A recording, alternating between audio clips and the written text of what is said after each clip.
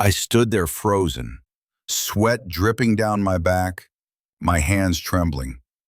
The interviewer stared at me, waiting for an answer I couldn't give, because at that moment, English betrayed me and I betrayed myself.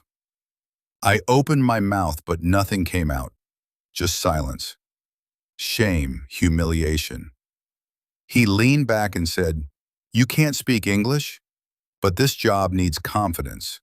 And just like that, I was dismissed, not for my skills, but for my silence. I walked out of that office like a criminal. No one had arrested me, but my dreams were already sentenced. I could lift 500 pounds in the gym, but I couldn't lift a simple English sentence. That day, something inside me shattered, and I couldn't look in the mirror the same way again. People know me as Arnold. They see the muscles, the confidence, the fame, but they don't see the boy behind it all, the one who was mocked for his accent, the one who felt like a foreigner in every room, every sentence, every conversation. I grew up in Austria. My family was working class, proud, but struggling. My father believed in discipline, not dreams.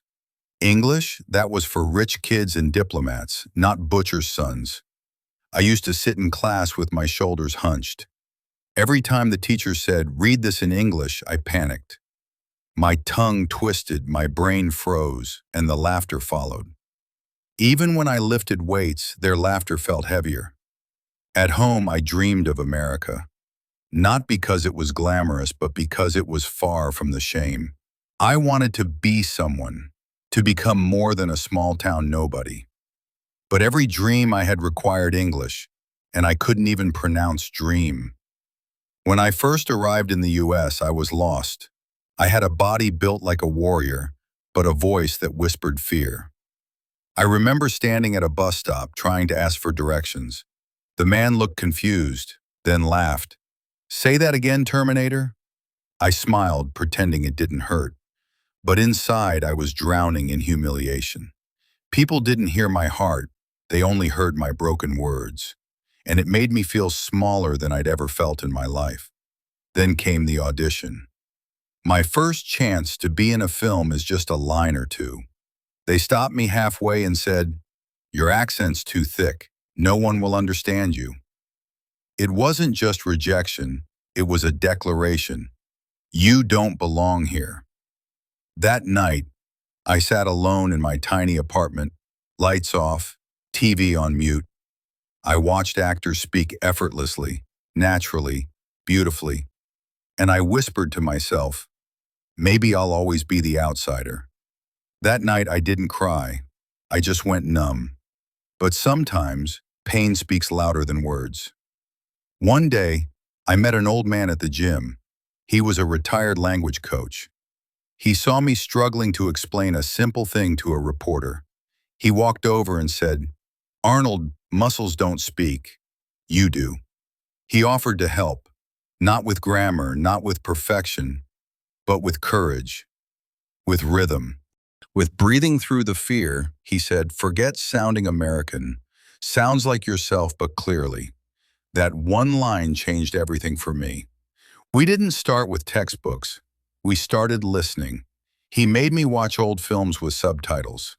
He told me to feel the emotion behind the words, not just repeat them.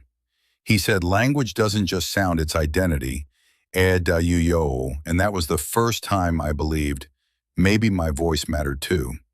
I started small, reading out loud to myself every morning, Shakespeare, newspapers, anything. Recording my voice and playing it back even when it made me cringe. I hated it at first, but I didn't stop. Then came the tongue twisters. They made me feel like a child, stuttering and fumbling, but every night I repeated them until my mouth stopped fighting me. 33 thirsty thieves became my daily opponent and I began to win. I started mimicking voices, not to fake it, but to understand the flow. I'd stand in front of the mirror and say, "I'll be back," again and again until the words felt like mine. Sometimes I broke down in frustration.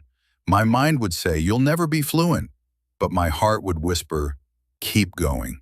So I did, every single day. Then, one day, something strange happened. I was giving a gym tour to a group of tourists. One of them turned to me and said, "Your English is so clear. Where are you from originally?" I smiled not because of the compliment, but because he said originally. That meant he saw me as belonging here, not as a foreigner, not as a joke, not as a stereotype. He saw me as someone who spoke with clarity, not confusion. That moment felt better than any trophy I ever lifted. Soon, I got a call back for a small film. This time, they didn't ask me to change my accent. They said, "There's something powerful in how you speak like you mean every word." And for the first time, I believed that too. I wasn't just speaking English anymore, I was speaking to myself. Looking back now, I realize it wasn't about the language. It was about identity, dignity, courage. Speaking English didn't make me smarter, but it made me visible. It gave my thoughts wings and my dreams a microphone. I used to be ashamed of my accent. Now I wear it like armor. Because it's not broken. It's a map of where I've been. And every word I speak today carries the weight of every silence I once endured.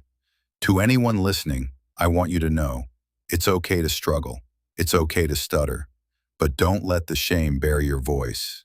Because your voice is flawed, real, raw, is more powerful than perfect grammar. I wasn't born to impress people with words, but I was born to inspire people with my journey.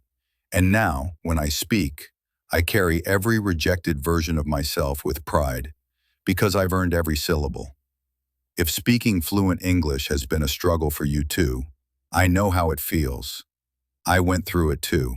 But one small thing changed my life, something I still use. I've left a special link in the description for you.